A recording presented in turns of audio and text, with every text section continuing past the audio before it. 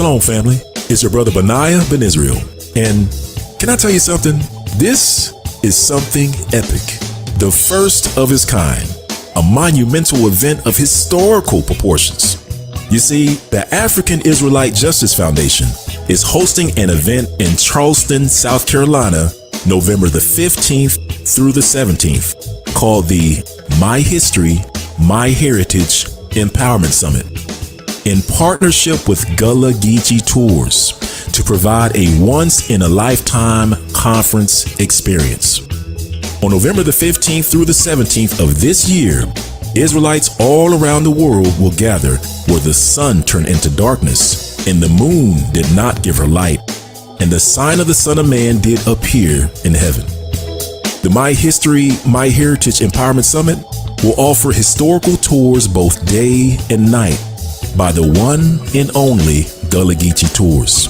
We also plan to offer authentic Gullah Geechee cuisine by the granddaughter of world-renowned Gullah Geechee cuisine chef, Emily Meggett.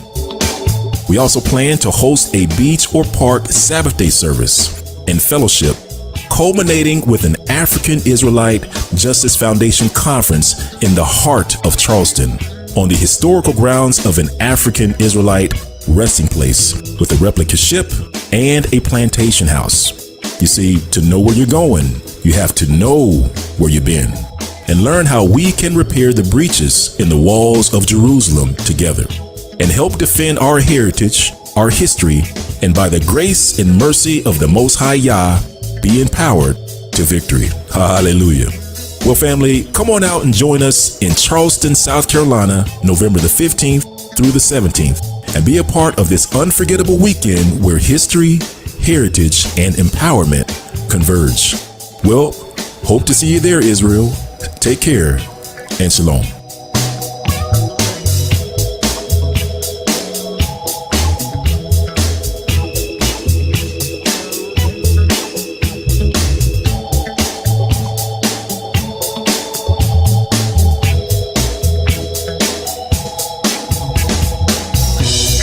All right. Shalom, shalom, family. Shalom, shalom, family. Peace and blessings. Peace and blessings. Hopefully everyone's doing good. Oh, hey, family, if we could please just do a quick sound check before we get started. If my audio sounds okay, Mishpachah family, if you could please just put a 1 in the chat if my audio sounds okay. Thank you, Brother Rick. Thank you, Mishpachah. All right, well, let's get started because we have quite a bit of information to cover. Hallelujah. All right, well, so family, the purpose of this lesson, and actually let me switch my slides over here.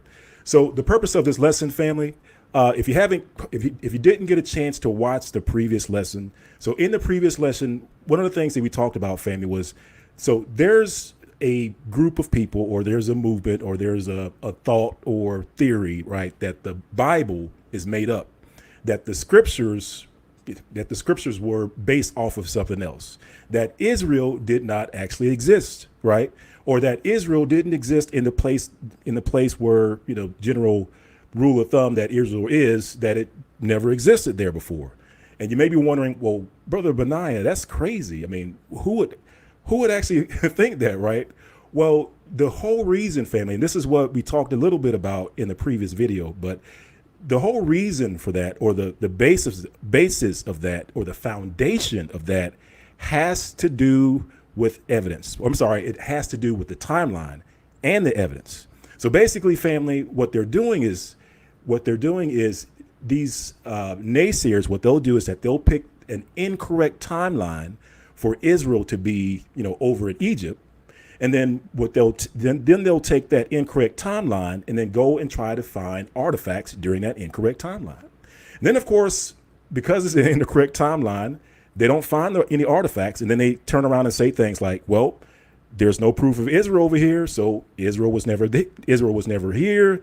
Israel doesn't exist. Or there's no proof of Israel here. Well, Israel wasn't here. Israel was someplace else, right? One of the two, or there's probably even a third thought that's in there, but many different thoughts, all based off of this one foundational error. So with that being said, family, let me share a couple of video snippets with you by professors telling you just what I'm trying to explain to you. So hang on, just one second. Let me see if I can pull these up. For these events? Well, I think that's the right question to ask. If we're looking archaeologically in the wrong place, the wrong time, we're guaranteed to find the wrong stuff. And so this is why chronology is important to us, that we get those correct indicators. I think our starting point for building a biblical chronology has to be 1 Kings 6:1. And 1 Kings 6:1 is a foundational verse because it indicates that in the 480th year after the Exodus, Solomon built his temple. Now, fortunately, we do have broad agreement on when that occurred. We have some synchronisms with Assyrian chronology, and so we can place that pretty confidently at 966, 967 BC. So just doing the basic math of 966 plus 480 puts you at 1446 BC, or in the mid-15th century, or in Egyptian parlance, that would be in the 18th dynasty. Right. So that would be our starting point. Yeah, it's interesting when you look at the text. It's very precise. In the 480th year. So it's not 480 years, but it's in the 480th year. So it's really 479 years, right? So in the fourth year of Solomon's reign, in the month of Ziv, the second month, he began to build the temple. So we see how the chronology, of the Bible, it's very, very precise in terms of when these events took place. I find it interesting. This is part of human culture. People are interested in when things happen. We read birthdays, anniversaries. God does the same thing in the scriptures. Sometimes we've talked in past programs about minimalists, those that would minimalize biblical data. We have another group called mythicists, and they deny it altogether. And so when it says that Solomon built his temple, then we're assuming that is a true and historical fact. Event. And then from there, we're going from the known to the unknown. So I think clearly we've got to start with 1 Kings 6:1. Yeah, and I think this broader issue, people come to the Bible, sometimes they don't understand the value of the chronological data. This text, 1 Kings 6:1, is an anchor point for us. It's a perfect starting point.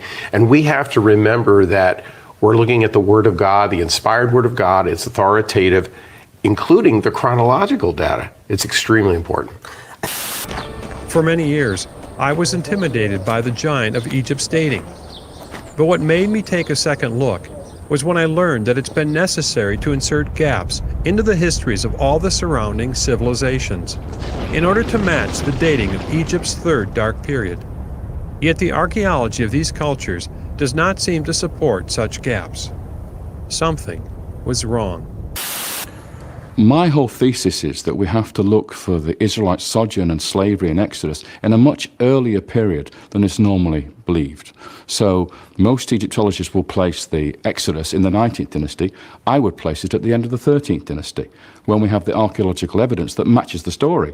They have no archaeological evidence to match the story in the 19th dynasty. So the problem here is they then say it's fictional. They say that the story doesn't really happen.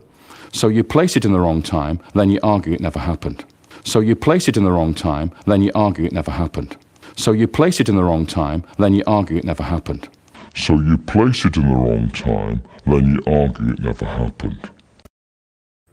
So I'm sure you can understand what's going on, family. So just as he said 4 times, right? You place it in the wrong time. You place Israel in Egypt in the wrong time. Then you turn around and say it never happened. Right. So that is the playbook. That's what we talked about last week.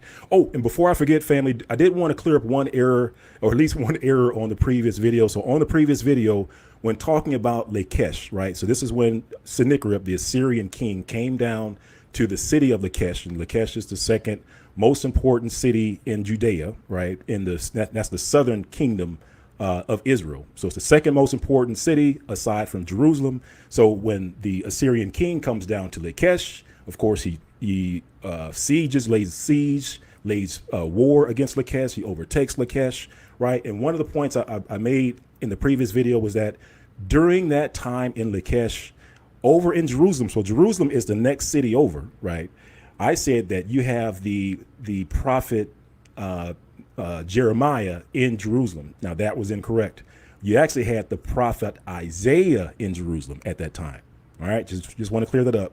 Isaiah was in Jerusalem at the time that the city of Lachish was falling. Now, the prophet Jeremiah, now he wasn't too far off, right? So he was born, and so Lachish was attacked, I want to say in 701 BC. The prophet Jeremiah was born roughly around 650 BC, so probably 50 years later. So just want to clear that up, family. All right. Well, back to our presentation, family. So as we said before, these atheists, the folks that say that the Bible is not real, that it's all made up, that Israel never existed, they all claim or cling to the same narrative and that is the date, right? They put Israel in Egypt in the wrong date, and then that's what all this stuff springs out of.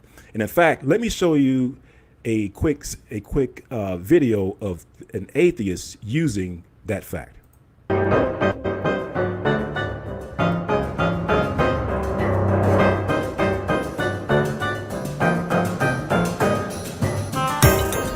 If Moses didn't write the first 5 books of the Bible, then it's a big lie. It would mean that religious people have been taught to believe something that's completely false. Yet historical truth is one of the fundamental aspects of the Bible. Large parts of it concern history. Archaeology is one of the ways in which you test history.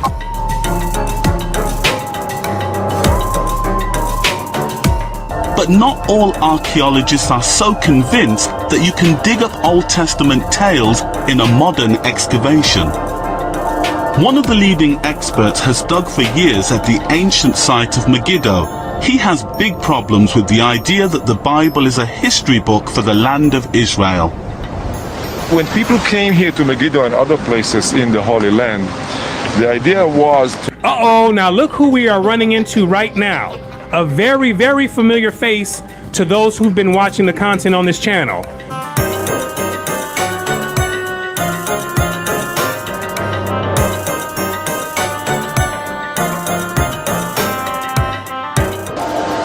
We are standing now in what's called the Solomonic quote-unquote gate of Megiddo. So this monument was described as Solomon from the days of Solomon, and a manifestation of the grandeur and the glamour of the United Monarchy. However, the gate probably dates to the 8th century BC, and Solomon is supposed to be in the 10th century. So you have 2 centuries between Solomon as an historical figure, and there was a Solomon, and the gate, which is much later. So biblical archaeology got the dating of the Solomonic gate completely wrong. Solomonic gate and many other monuments, because the whole system of dating of the strata, archaeological strata, and the monuments related to the period of the United Monarchy, a little bit before and a little bit later, was, in my opinion at least, completely wrong.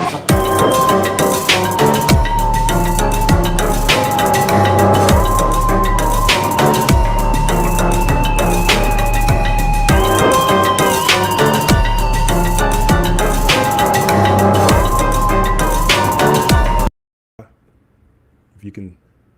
All right. Thank you. All right. So as I was saying before, family, one of the things that we need to say up front in a lot of these discussions, whether it be about, does Israel exist? Where does Israel exist? That sort of thing. I think conflict of interest needs to be divulged up front, right? Especially, let's say, for instance, this video that we just watched, this gentleman quoted what's called, let me pull up his name so you can actually see his Finkelstein or Finkelstein, or however you pronounce it.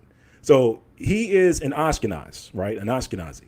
So basically they're asking an Ashkenaz, right, who's in the land, does Israel exist? And maybe you might be looking at that saying, well, he doesn't have a conflict of interest.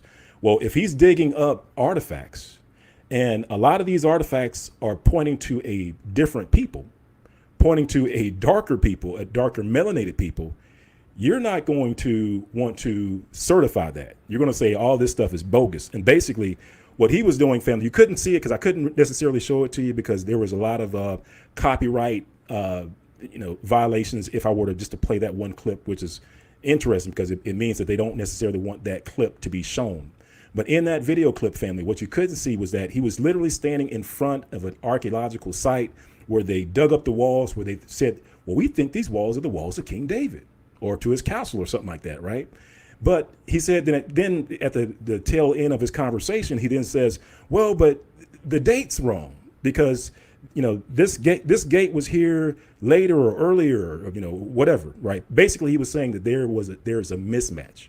And again, family, that is the playbook that they're using to try to discredit the evidence. All this evidence all over the place, family, it is not just one or two bits and pieces of evidence here and there. It's the thing I'm trying to relay, family, trying to share in these messages is that the amount of evidence and artifacts is overwhelming. Thousands of artifacts, like all over the place, family. Even included in this video, this little short snippet that you didn't see the actual gate, but the gate itself, the ruins of the gate itself, which dates back to biblical times, right? That too is an artifact, but it gets crossed off the list because they say it didn't happen during the time that they say it happened.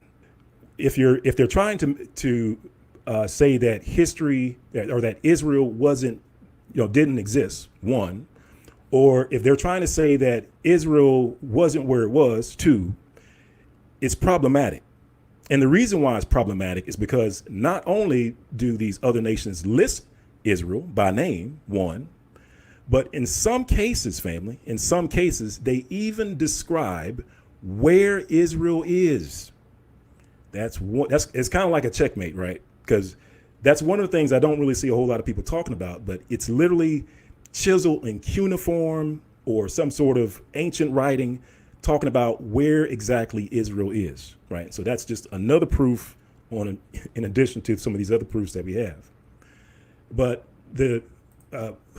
one of the things that we talked about last week, family, also was just doing a brief recap here, family, and that is if anyone tries to either delete Israel or try to move Israel, you have to move everything else that's tied into Israel. Like you can't just pick up and pluck Israel and move it on its own, right? You have to move Babylon, Assyria, Egypt, Rome, and more, right? And no one's doing that, right? You can either unplug the history, right, and then try to move it. And unplug it means delete it, right? Unplug it means you're deleting it from Torah, right? Or you change the location of Babylon. Or you change the location of Assyria, Egypt, and Rome. And now Egypt's going to be a problem because you have those pyramids there, right?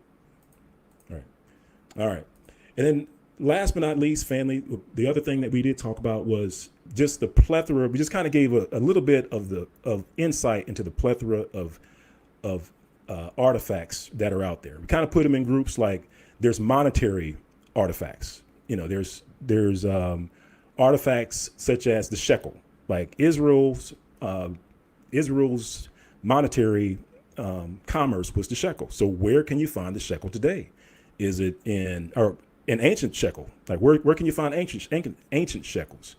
Is it in the place called the Middle East? Is it in North Africa, or is it on the West Africa or South Africa?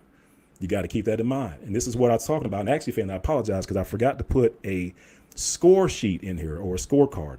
Anytime you want to sit down and evaluate either a product or a position, you need a score sheet, right? You can't just go off of, if you're serious about evaluating it. And this is something that we've done all the time, family, especially, in my line of work, which is IT, when we're sitting down and we're comparing products, we don't sit down and go off feelings. We sit down and create a scorecard. And in our scorecard, we put down everything that we think that's important to, for a product that we're looking for, right? And so in this case, the product would be our history. And most high willing, I think the next time we get together, I'll have that scorecard for you. But just off the top of my head, family, some of the line items that we'll have on that scorecard is, all right, so where are your evidence of commerce during ancient times, right? Where's your shekels? Where's your evidence of communication, right? Where are your papyrus letters, your seals? A lot of those messages that went back and forth, especially on papyruses, they were sealed, right? So where are the seals that have ancient Hebrew writing on them? Is it in a place called the Middle East? Is it in North Africa? Is it in West Africa? Is it in South Africa? That will be a check mark or just a line item on the scorecard. Then on the scorecard, family, we would have things like, where can you find Torah? Where is the ancient copies of Torah found? You know, if you're a follower of Israel, you gotta follow Torah, right? So where is it found? Where is the Dead Sea Scrolls found? Is it in the Middle East? Is it in North Africa, West Africa, South Africa? And then another line item, family, would be the Most High Yah's name. Where did we find the Most High Yah's name in the ancient times, written on stone? Where can we find that? Right, same thing. So, and then, if you want to add other things on there, like if you want to say things like, well, what about, Brother Benayah, what about the animals? So you can add a line item in there for animals. You say, oh, Brother Benayah, what about the what I call trees and bushes? What about the plants? So you can add a line item in there for the plants as well. But in either case, and I'll just add this, family, because I think we'll end up talking about this a little bit more in detail in some of the other lessons. But what I'll say this, as far as, especially when you're dealing with the plants and animals, another reason why I don't necessarily, go down that route, family, has to do with the curses. Like when you talk about the curses of Israel, we all know that when the people of Israel did what we were supposed to do, we had the blessings upon us. And the part of the blessings would be that we would get the latter and the former rain. Our crops would come in. We would have all these provisions. We would have more than enough. But family, that when those curses came in, that there was lack, there was famine, right? And this has to do with, especially with, when you're talking about the, shrubbery and plants and animals and stuff like that, it has to do with the curses, or it's subject to the curses. And just to prove the point, family, I'll prove this real quick. And for that, and you can find this in multiple places. My favorite place to go to is Deuteronomy chapter 11. You can actually also find this in Deuteronomy chapter 28. But this is dealing with the curses and the blessings, the curses and the blessings. And again, what I'm sharing with you, family, is why I don't necessarily deal with plants and animals, and it's because of the curses. And let's take a look at the curses, family, the blessings and the curses. So Deuteronomy chapter 11, and let's start at verse 10. And it says, for the land whither thou goest into possess it, it is not as the land of Egypt from whence you came out, where thou sowest thy seed and waters it with thy foot, as a garden of herbs. But the land whither you go to possess it is the land of hills and valleys, and drinketh water of the rain of heaven. So when we are blessed, we get that rain from heaven, family. Come on now. Verse 12, a land which Yahuwah thy Elohim careth for. The eyes of Yahuwah thy Elohim are always upon it from the beginning of the year, even unto the end of the year.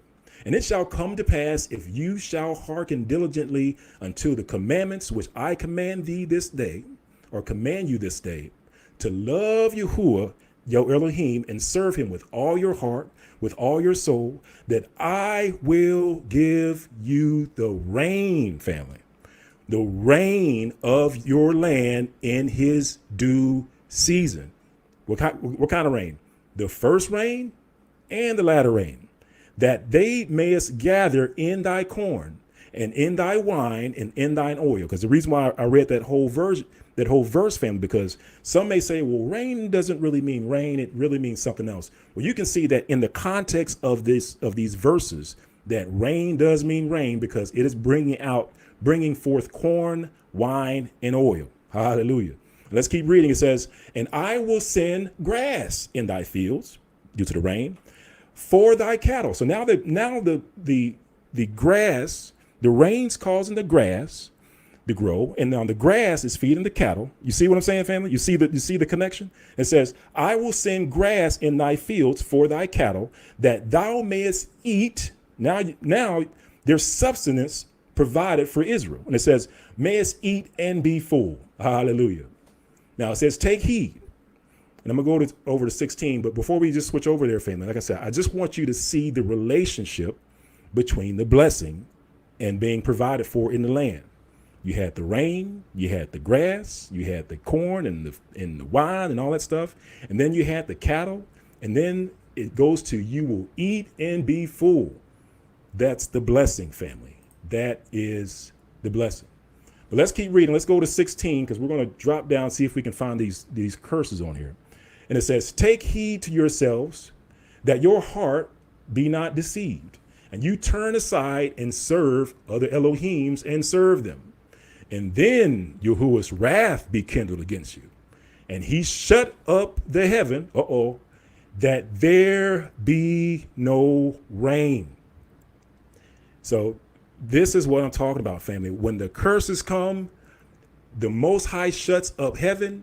There is no rain on the land. And we all know what happens when there's no rain on the land. But let's keep reading, family. Let me start back off at the top of 17. It says, and then Yahuwah's wrath be kindled against you, and he shut up the heaven, that there be no rain, and that the land yield, listen, family, not her fruit, and lest you perish quickly from off the good land which Yahuwah giveth you. Hallelujah. That, family, is the curse. So you can see that when the rain stops, the land doesn't yield the fruit, and then Israel perishes off of the land. You can see the connection. It's the reverse connection of the blessing. This, family, is why I don't necessarily, this is why I don't buy into the whole plant and trees stuff, right? With this, especially with the animals, because of the curses. When the curses kicked in, you had the rain stop just according to the Most High Yah's word. He declared it, he decreed it, and it happened.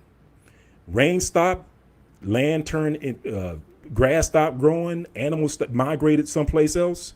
You're going to have a totally different look and feel in Israel because of the curses. So that's the caveat that I'll put for, if, we were talking about that scorecard before, right? So we're making our scorecard to figure out which of these locations or which of these narratives is the right narrative. And we talked about how in our scorecard, we would actually put a line item in there for plants and animals, or plants, and they put another line item in there for animals.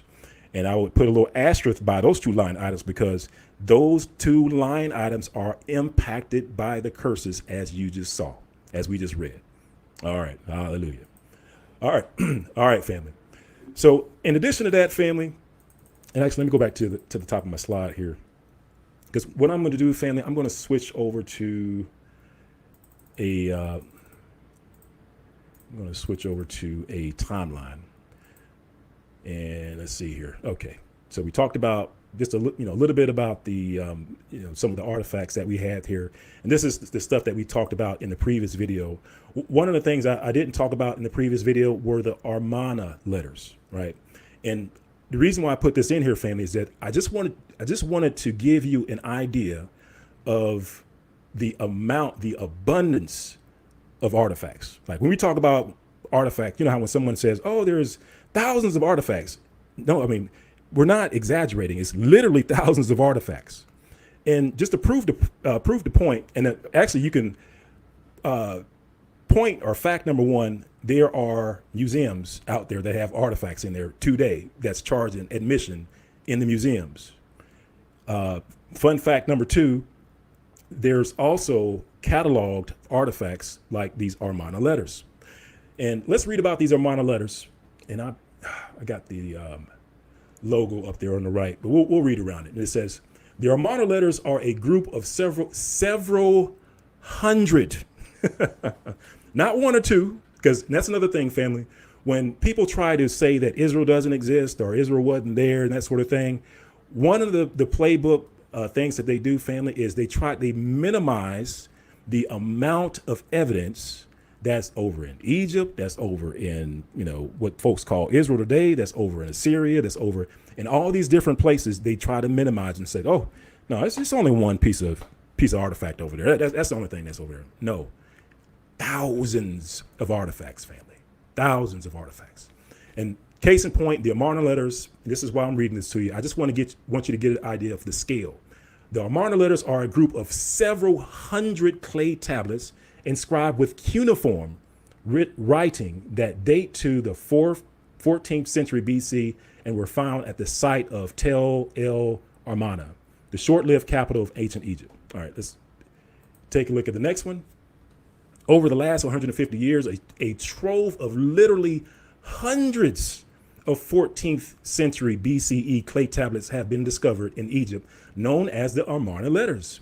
Many of these tablets are inscribed with text written by several different regional Canaanite rulers expressing consternation and even terror at the fact that all the lands were being overrun by a mysterious people they called the Abaru. Now, Abaru, based off of some scholars' family, is Egyptian for Hebrews. So in the Egyptian language, they're saying that these people the Canaanites are writing back to Egypt complaining that, hey, there's these guys called Abaru or Hebrews. They're running around destroying stuff, tearing stuff up. Send help now. Hundreds of letters, family, hundreds of letters. And just to give you an idea, so they've kind of cataloged some of these, and this is like, they have an Amarna letter, they call it 10, Jerusalem, and just to give you like a summary of what's on the letters, Jerusalem and its territory, apparently one of the last remaining places to be attacked. It says also no familiar style burned, Canaanite tablet fragment. Okay, that's just information about the Amarna tablet. And then the Lachesh tablet. So remember we were talking about Lachesh before. The Amarna tablet even talks about Lachesh. So they're all talking about each other, right? And it says, the Abaru or Hebrew killed a leader of Lachesh and gained control of the city. So this is when Israel is going into the land, right? Israel's going to the land. All right, so we will skip some of this because I think I have some of this in a different format. So hang on one second, family. I'm going to, let's see here, shift over to, let's do this.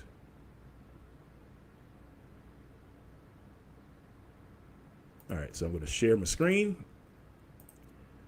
And let me pick a window. And let me share a timeline with you. All right.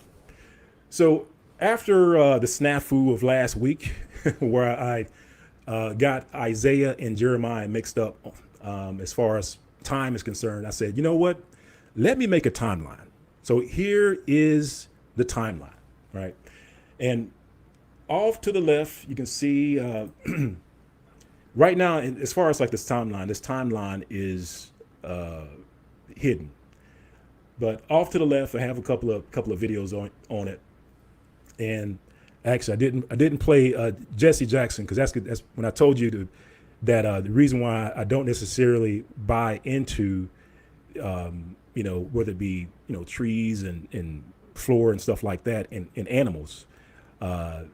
This is what Jesse Jackson has to say about that. I say, America, stay out the bushes. Stay out the bushes. Stay out the bushes. He said it. So like Jesse Jackson says, stay out the bushes. So anyway, family, back to our timeline. Let me pull that up here. So on our timeline, family, what you can see here is this is what we covered last week, and I actually added a little bit more to it this week. So on our timeline, what we're doing is we're going to talk about Assyria, and then we're going to get into moving to talking about Babylon. So if I click on here, you can see this is what we reviewed. This is the Lachesh relief, right? And we talked about how in the Lachesh relief, we've covered this many times, and that is the Lachesh relief shows the tribe of Judah at around 701 BC. So when the king of Assyria comes down, destroys Lachesh, they draw a representation of the children of Judah, and this is what you see on the screen. And then also showed you that there's a cuneiform script right in that in that relief, and it literally says, Sennacherib, king of the world, king of Assyria, sat upon his throne, and the booty of Lachesh passed before him. And I read that to you because there were some people out there that said, well, you know what, that relief doesn't represent Lachesh, but it's literally written in cuneiform on the relief. So just wanted to make sure I put that in there to kind of put those arguments to bed. And then the other thing, family, like I said, we talked about was in Lachesh, we did our cranial study and just showed you that the cranial, they kind of, we group it into these measurements called cephalic indexes. And that's the length of the skull. And so we know that so-called African Americans in general, have what's called a dolichocephalic skull. And as you can see, the measurements range between 70 and 74.9.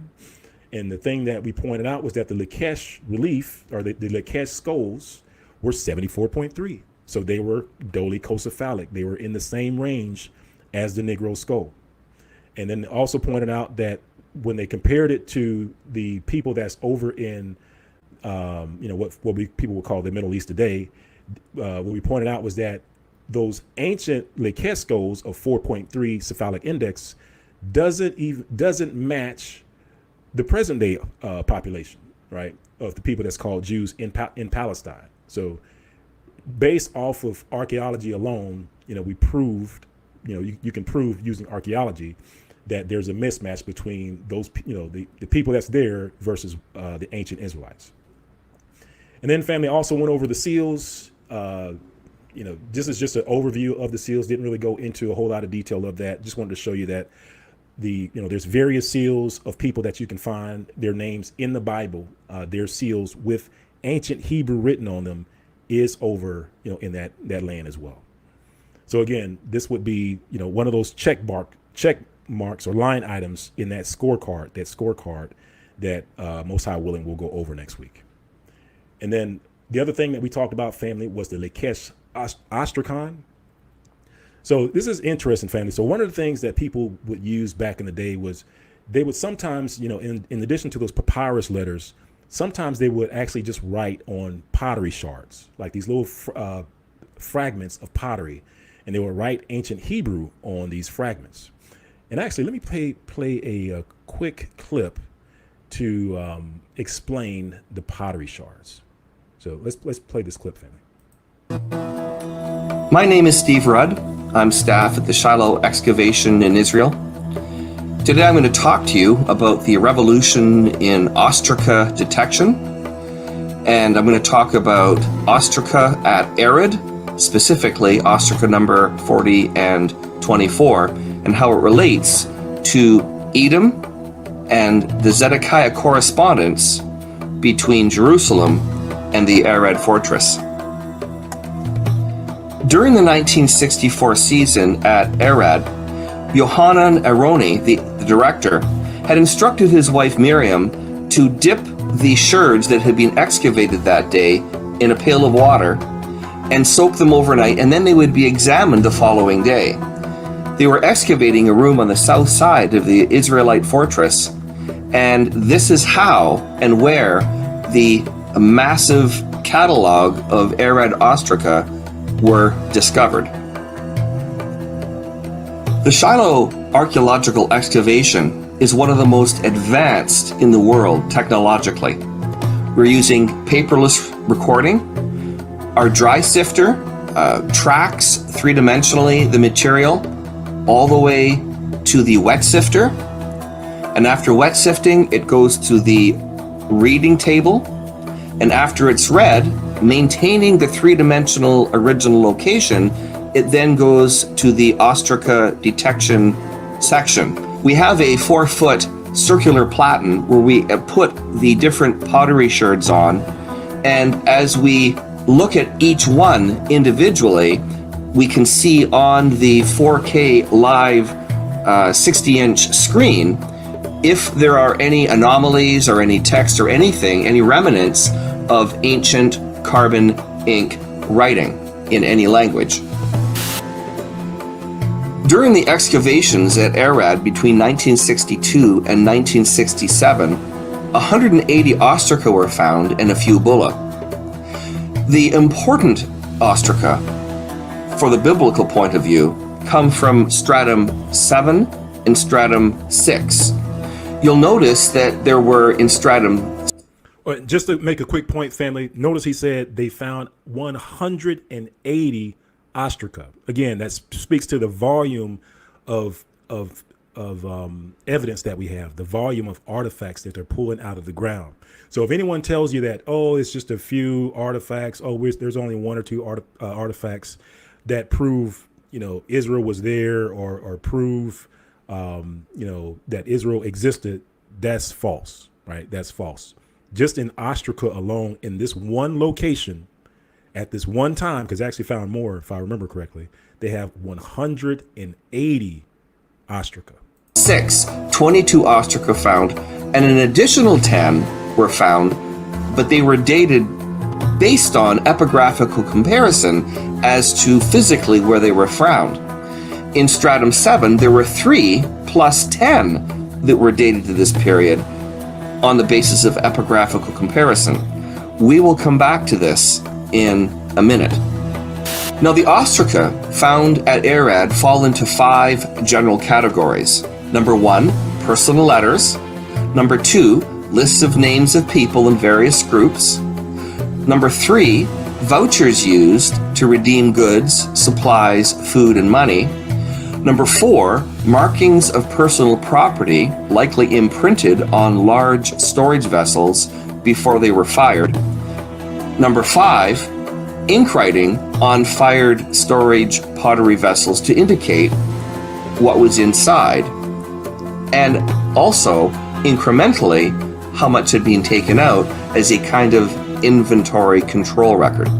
Of the 180 Ostraca found at Tel Arad during the excavation seasons of 1962 to 1967, 4 were discovered that are of great importance to biblical scholars. The first one is Arad Ostraca number 88, where Pharaoh Necho appoints Jehoiakim king of Judah in 609 BC. The second one is Arad Ostraca number 18, which records how a man seeks asylum in the Temple of Solomon at Jerusalem. The third and fourth Ostracan are Arad Ostraca number 40 and 24. These 2 record communications between the city of Arad and Zedekiah, who was the king of Judah, when Nebuchadnezzar attacked Jerusalem in 605 to 587 BC. These 2 Ostraca provide evidence that the Edomites first moved from their historic Transjordan homeland into the Judean Negev in 605 BC, but not before. As we will see, Zedekiah orders troop reinforcements against the invading Edomites. We're going to look at a 5th Ostracan, but it comes from Tel Ira, Ostracan number 1, which is biblical Ramah Negev. And it has a... And so another thing to keep in mind, family, is that, as I said before, you have to keep in mind that when all of these major events occur, like whenever whether it be Nebuchadnezzar, raging through the land, making war through the land, or if it's King Sennacherib going through the land, conquering 46 cities, right? That conquest didn't happen overnight, right? It was a slow, methodical conquest, and as the conquest was occurring, people were writing letters. Things were going on. Life was still going on in these cities, before the destruction showed up in the form of these armies, destroying armies. And this is what they're finding in these places. They're finding these letters in these places that were destroyed. Short list of army commanders named who were working at the fortress at the time. We're going to spend the balance of our time closely examining 2 Arad Ostracan, number 24 and number 40. Both were found in 1967 by Aroni. One was a surface find, and one was found in 3-dimensional excavation. Arad Ostracan number 24 was a surface find outside the fortress on the western slope, and was dated paleographically, solely by the script, to stratum 6, during the time of Zedekiah, dating to 597 BC. This date of Ostracan number 24 is accepted down to the present time. The history of Arad Ostraca number 40, however, is far more dramatic. It was excavated by Aroni in 1967 in Locus 429 of stratum 7, which is the time of Josiah, dating to about 640 BC. However, further excavations concluded that Locus 429 should be reassigned to stratum 8 during the time of Hezekiah and the invasion of Sennacherib, dating to 701 BC.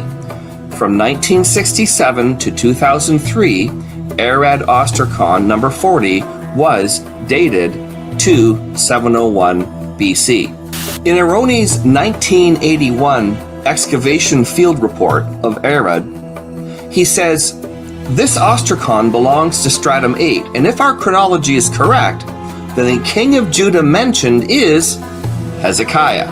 This dating of Ostracan 40 to around 701 BC in stratum 8, the time of Hezekiah, continued unchallenged, and Benayah sends a letter from Jerusalem to the Arad commanders, instructing them to send 50 troops from Arad and 50 troops from nearby Kinna fortress to reinforce the Ramah Negev fortress, which is under attack by the Edomites.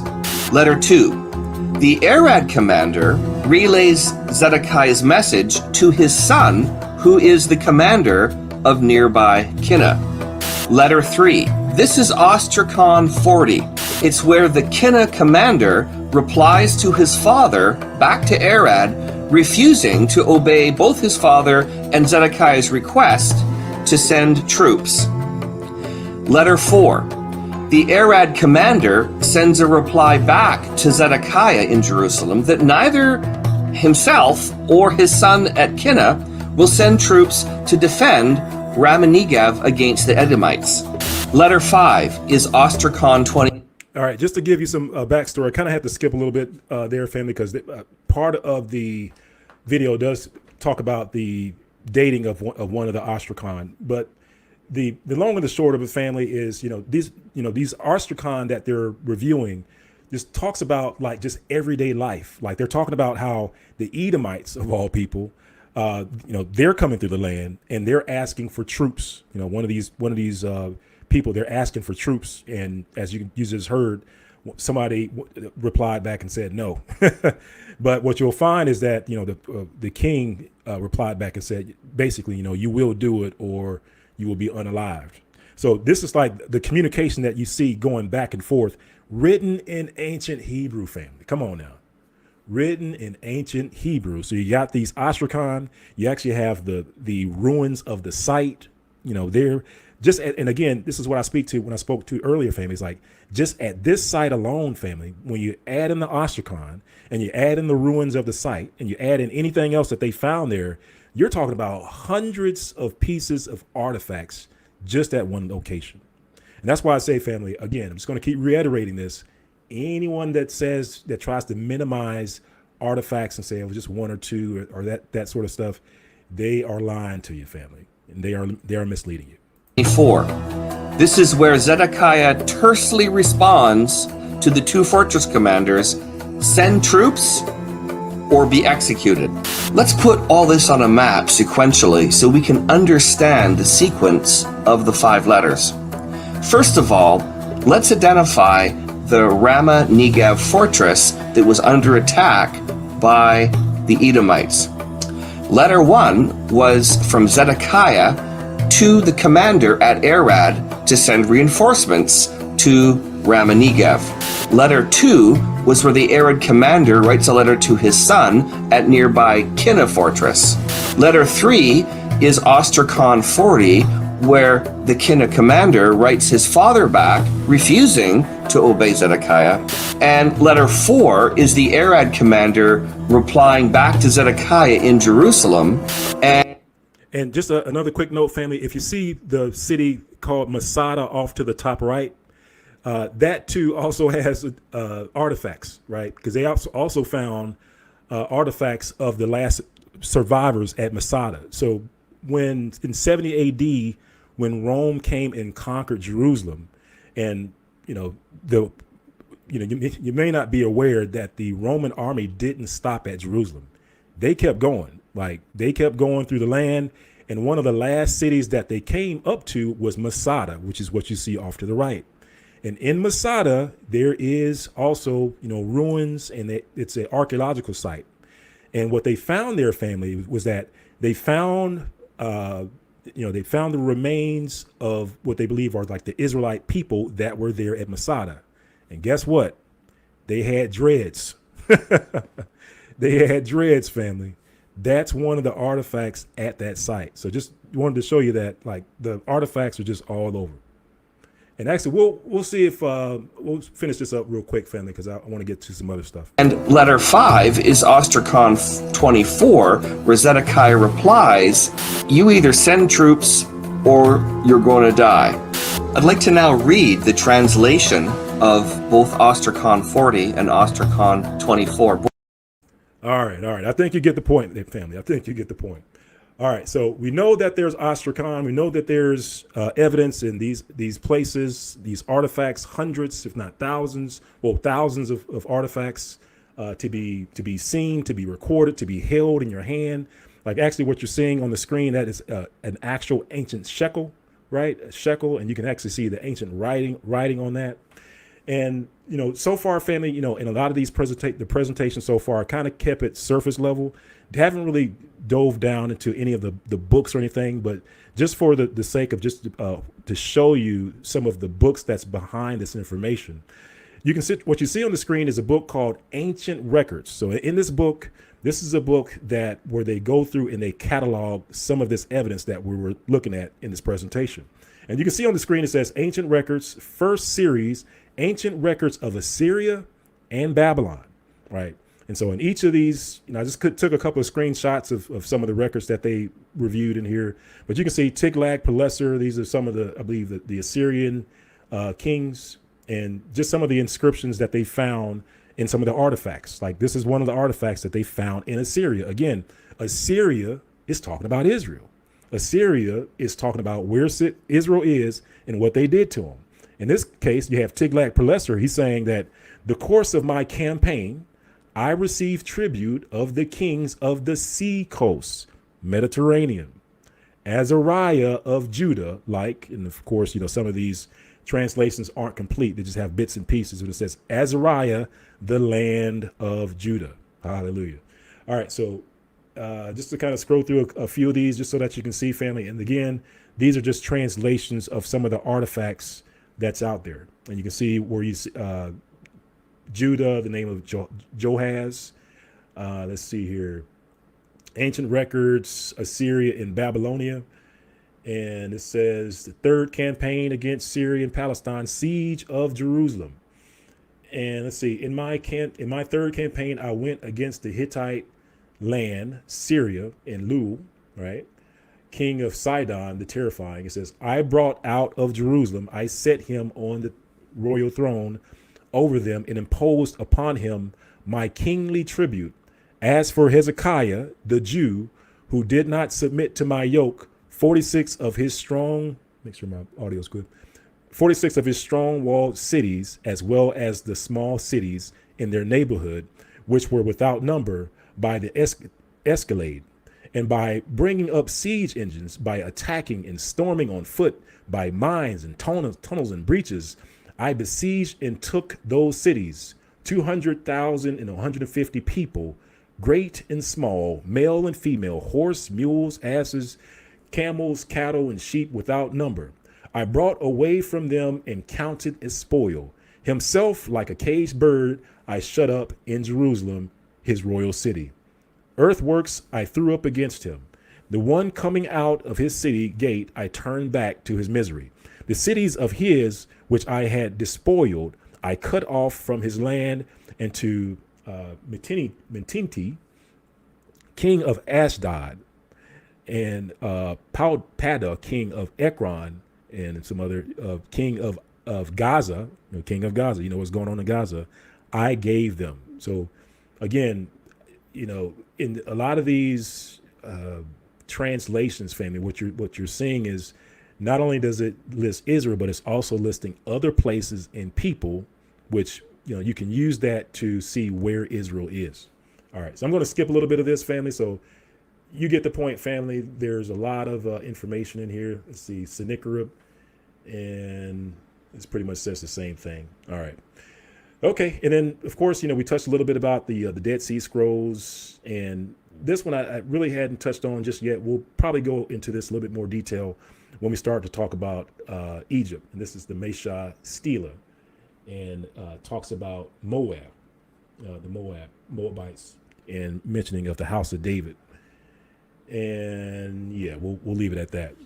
But in talking about and speaking of the Moabites, there are those of us who, when you run your DNA matches the Limba, right? And in the world of DNA, family, there's this thing called genetic distance value. And basically, genetic distance value will show you how close you are to either a people or a group, a people or a person, right?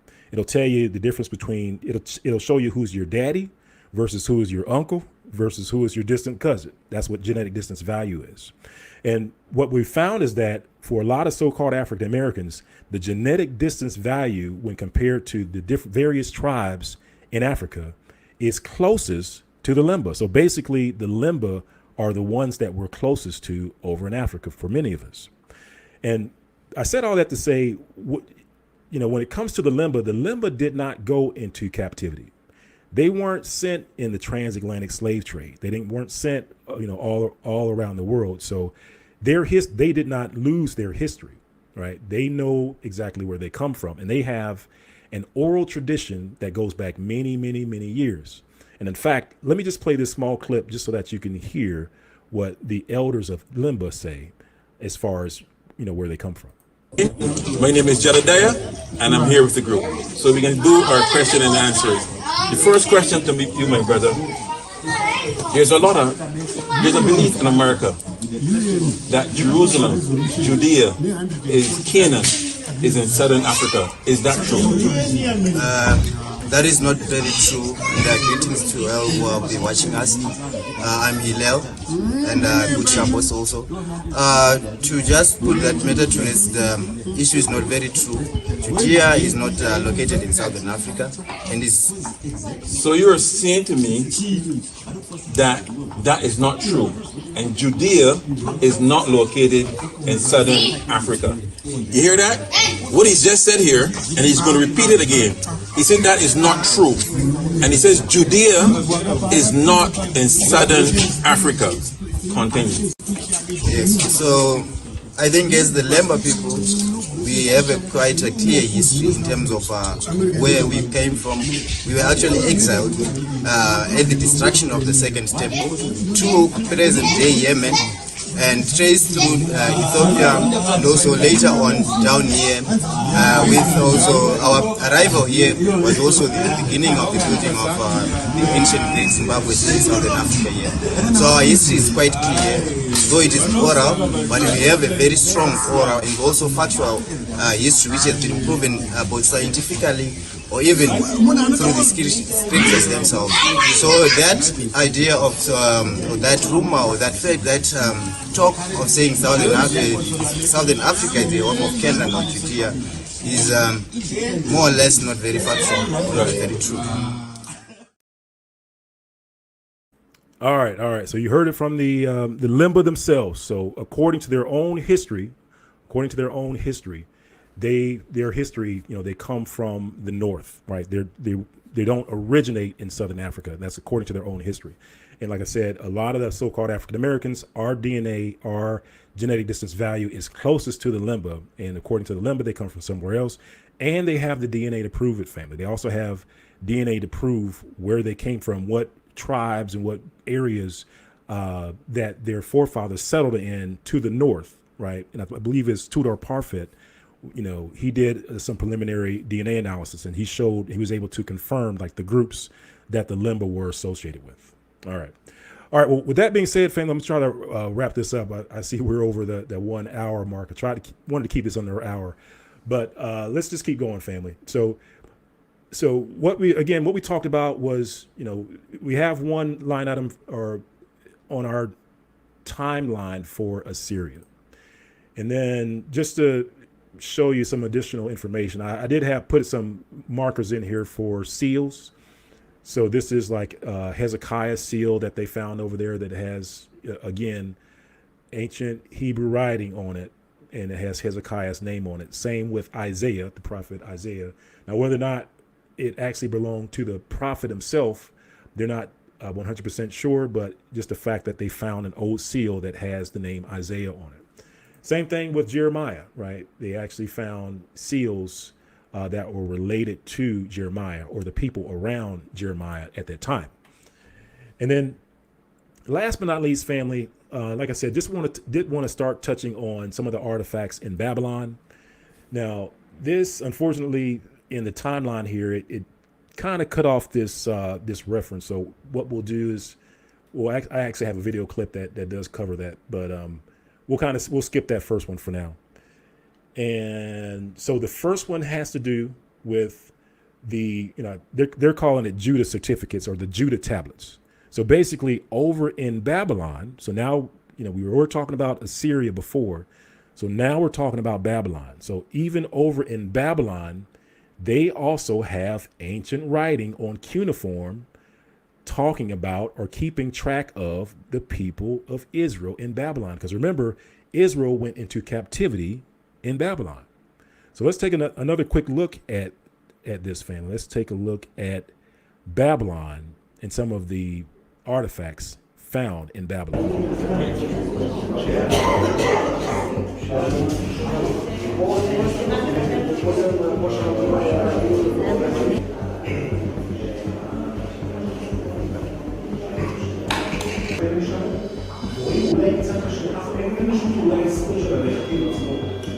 We show here actually the earliest evidence of the presence of Jews, of Judeans that were deported from Jerusalem, from Judah, and were settled in southern Babylonia, in rural areas.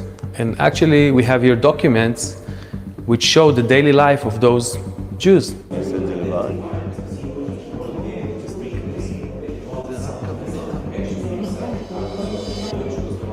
Okay, so you can see that on the edge of the same tablet,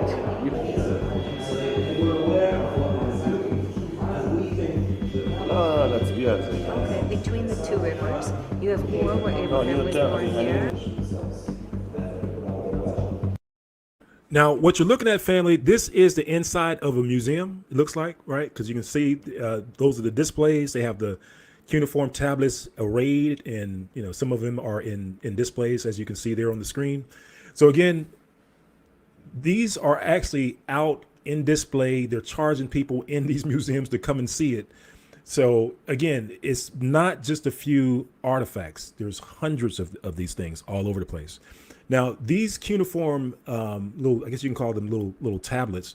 What they're doing is that they're capturing the day in the life of the children of Judah over in Babylon, right? They're capturing the day of life. And I don't think they actually talk about the content of it in this video, because this video is actually almost over.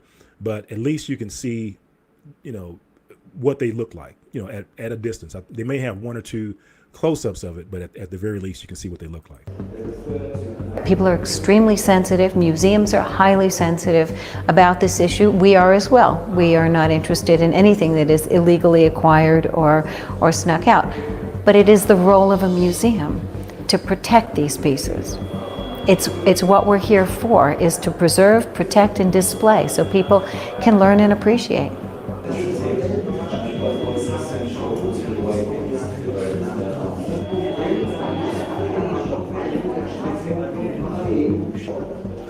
The other interesting thing is... All right, so we'll skip to the end of this one, family. But again, you can see the same thing, family. So that's actually a close-up of it.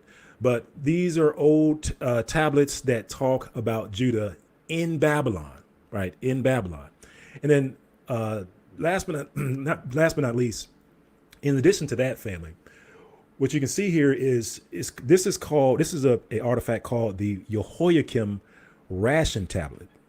So in the scriptures, as King Jehoiakim was taken into Babylon, right? That's where the Bible talks about how Nebuchadnezzar comes through, sacks Jerusalem. He takes Jehoiakim back to Babylon. And this is where Jehoiakim's history literally ties into the so-called African Americans here in this country. It actually literally ties back into the Negroes. Why do I say that? Well, one is because there's an archaeology in Spain and Portugal, or actually it's written in German, but it covers the Jews or the Israelites over in Spain and Portugal. And it covers the lineage all the way from King David to King Solomon, all the way down to Jehoiakim, which is you're literally seeing his tablet on the screen, right? Jehoiakim is in the lineage, and then the lineage goes all the way down to Zerubbabel coming out of Babylon, and then on down the list you'll see Yahya. I'm sure you've heard, if you're a regular to this channel, you've heard me talk about Yahya before. So over in Spain and Portugal, there was a person called Yahya. He then changed his name to Negro, and then he changed his name to Negro, and from there on gave rise to a people in Spain and Portugal called the Negroes before the start of the transatlantic slave trade. So before there were Negroes in Africa, there were Negroes in Spain and Portugal. In fact, there is a place in Portugal called the Village of the Negroes. It's actually still there today. So said all that's to say, family, that what you're seeing on the screen is an artifact that if you go forward in time from the time that this artifact was written or created, it goes forward to the Negroes, to a people called the Negroes. And of course, you know that one of the derogatory terms that so-called African Americans are called Negroes. All right. So anyway, just wanted to tie that back into those of us that are on this live, that some of these artifacts directly tie back to you, family. All right. So anyway, in this, what you're looking at again is in Babylon. As Babylon is, when they have their captives, they actually recorded what they gave their captives as far as food and grain and stuff like that. And that's written on what they call these Babylonian ration tablets. And what they found was that on these Babylonian ration tablets, they found a ration tablet for Jehoiakim, king of Judah. And it's literally written on the tablet for Jehoiakim, king of Judah. And then it lists, what they gave him and that sort of thing. All right. And then, let's see, we want to talk about the Limba. We talked about the Limba before. This is kind of out of order a little bit, but we did talk about the Limba. And just want to point this out before we close up, family. So the Limba tie back into Jehoiakim, or they tie back into Jehoiakim because the Limba themselves say that they were in the Babylonian captivity. Like their history goes back to the Babylonian captivity. Like, so when this artifact was created, the Limba were there. Their forefathers were there. And again, a lot of our DNA matches the Limba. So if the Limba were in captivity, in Babylon, guess where our forefathers were, family? That's per DNA, per the Limba's oral traditions. And just to kind of prove a point that the Limba were where they say they were, and to do that is you can actually find, so the Limba say that there's literally a place in the Middle East, a city, an ancient city that was called Limba. And so the Limba said that the reason why they came down to South Africa was because when they came out of the Babylonian captivity, it went back to Jerusalem. There was a decree in the declaration that they were to put away their wives. And the Limba, in their oral history, say that they married Moabite wives. Well, guess what? When you look at an old map during the time of John of Hyrcanus, the time of the Maccabees, you can find a little city in the area of the Moabites called Limba. It's literally on the map, family. It's called Limba. And not only that, family, even Josephus, believe it or not, Josephus himself also talks about the Limba. And let's see here, you see Antiquity of the Jews, and I just had a quick screenshot of this, and it says, now at this time, the Jews were in possession of the following cities that belonged to the Assyrians, the Idumeans, and then, you scroll all the way down, you'll see Limba. Limba was one of the cities. And let's see here. And okay, so we talked about that. All right, so we'll leave it at that, family. Oh, and here's the Yekoniah tablet where it talked about, or it actually lists what was on that ration tablet. But that's there. So what I'll do, family, most high willing, at some point, I'll make this. I will make this timeline public. Right now, it's private. I'll clean it up a little bit because I know that like the dates on here aren't exactly correct. I just kind of put some of these in here for for placeholders, but all the information is there. Like anybody can come in here. You can see all this information. So, and over time, what we'll do is that as we go through our presentation, we'll add those artifacts to the timeline just so that we can have a place to go to actually view some of the artifacts. So we'll, most high willing, we'll build out this timeline.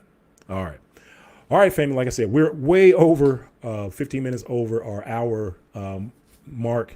So most high willing, we'll continue to show in our next video. We'll continue our Babylonian artifacts, to review those artifacts, and then after that, we'll swing back, or at least this is the plan. We'll swing back and look at the artifacts in Egypt, right? And then most high willing, we'll go into some of the artifacts of Rome. Of course, you heard about the Ark of Titus, right? So even in Rome, there's a picture or some artifacts that even talk about Israel there as well. All right, hallelujah. Well, all right, family. Well, I think that's it. We'll call it a night for those of us that have to get up early in the morning. Didn't want to make this too long, but hopefully, family, we at the very least showed you that there are hundreds of artifacts that are out there that prove not only that Israel existed, but also where Israel is. And most high willing, what we'll do in some of the subsequent videos, we'll show you that in these artifacts, they actually tell you or show you where Israel is in these artifacts in Babylon, like in the artifacts in Assyria. They tell you where Israel is, or even in Egypt, they say it's to the east, right? In Egypt's sense, they'll say the artifacts are to the east. And then in Assyria's sense, they'll say, well, not the artifacts, they'll say Israel's to the east. And then in Assyria will say, well, Israel's to the west, that sort of thing. So I mean, like I said, if you're using the that scorecard that we're going to share, family, it should be pretty obvious, not only that Israel existed, but also where Israel is. All right. Well, praise the Most High. Well, hopefully, family, you've learned a lot. And I always forget to say this, family, because YouTube has been messing with the subscription. So definitely check your subscriptions, family. Make sure you're subscribed. Like, share, and subscribe. I always appreciate you, Mishpachah. Thank you, moderators. Shout out to our Ema sister, Cassandra, in the chat, holding it down. Appreciate you, Mishpachah. And like and share, and we'll leave it at that, family. And don't forget about the conference as well. All right. Well, love you, Mishpachah. Love you, Mishpachah. We'll talk to you later. See you soon, and shalom. Shalom, family. It's time. It's time to put the finishing touches on that perfect cut. It's time to load up the van and gather the family for a road trip. For the road to Charleston, South Carolina.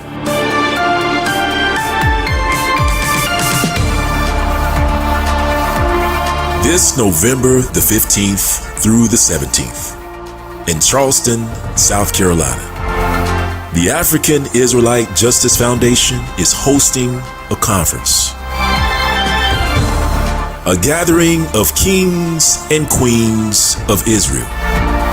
A revealing of hidden Hebrews. To reclaim our history, our heritage, and through the grace and mercy of the Most High Yah, become empowered to victory. It is a conference where you will hear legal counsel, professional advice, history, music, and above all, prayer.